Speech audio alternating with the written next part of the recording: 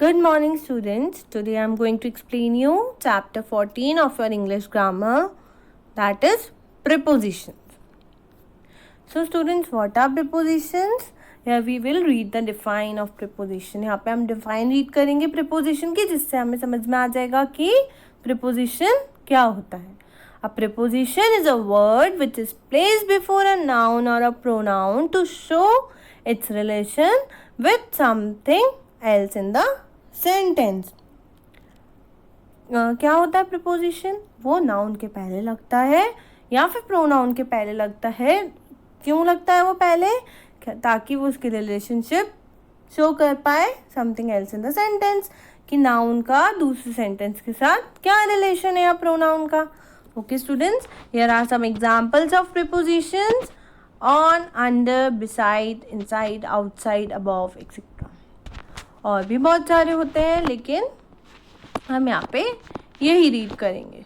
Okay students, now everyone take out your books and come to page number 63. I'm going to explain you this chapter 14 preposition from book.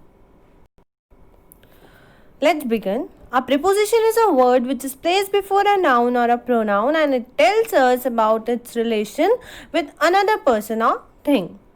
ये चीज़ मैंने आपको बताई थी. prepositions क्या होते हैं मैंने डिफाइन ये पहले ही आपको अच्छे से समझा दी है. Isn't it students?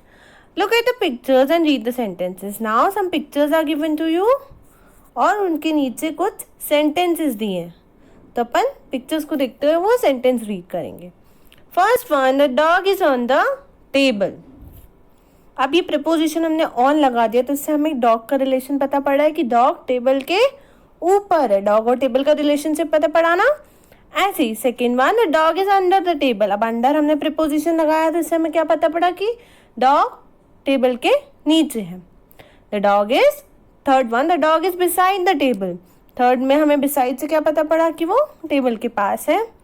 Fourth one, the parrot is inside the cage. इसमें पैरेट और केज की क्या हमें रिलेशन पता पड़ा कि वो पैरेट केज के अंदर है. Fifth one, the parrot is outside the cage. Fifth में क्या पता पड़ा है कि पैरेट केज के बाहर है.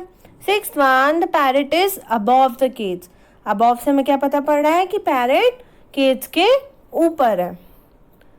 You will find that the adverbs in the above sentences tell us about where the action is being done. इससे पता पड़ रहा है हमें एक्शन कहाँ हो रहा है.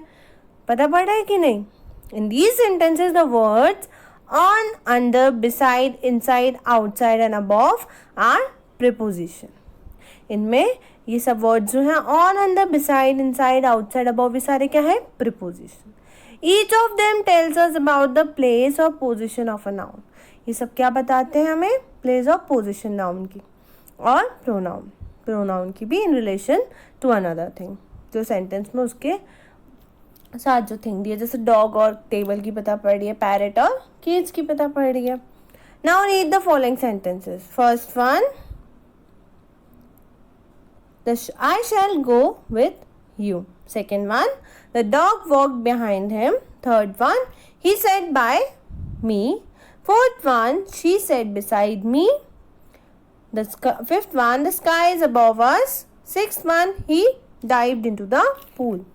In these sentences, the prepositions are used with pronouns. In sentences में जो ये prepositions यूज हुए हैं वो किसके साथ यूज हुए हैं, pronouns के साथ. जैसे आई, शी, ये सब यूज हुए हैं ना. Okay, now definition is given of preposition. A preposition is a word placed before a noun or a pronoun to show the relation in which one person or thing stands to another person or thing. ये चीज़ मैं आपको अच्छे से बता चुकी हूँ. Okay students, hope you all have understood the explanation कि prepositions क्या होते हैं. If you have any doubts, ask me. Tomorrow I am going to explain you exercises of this chapter. That's all for today. Thank you everyone.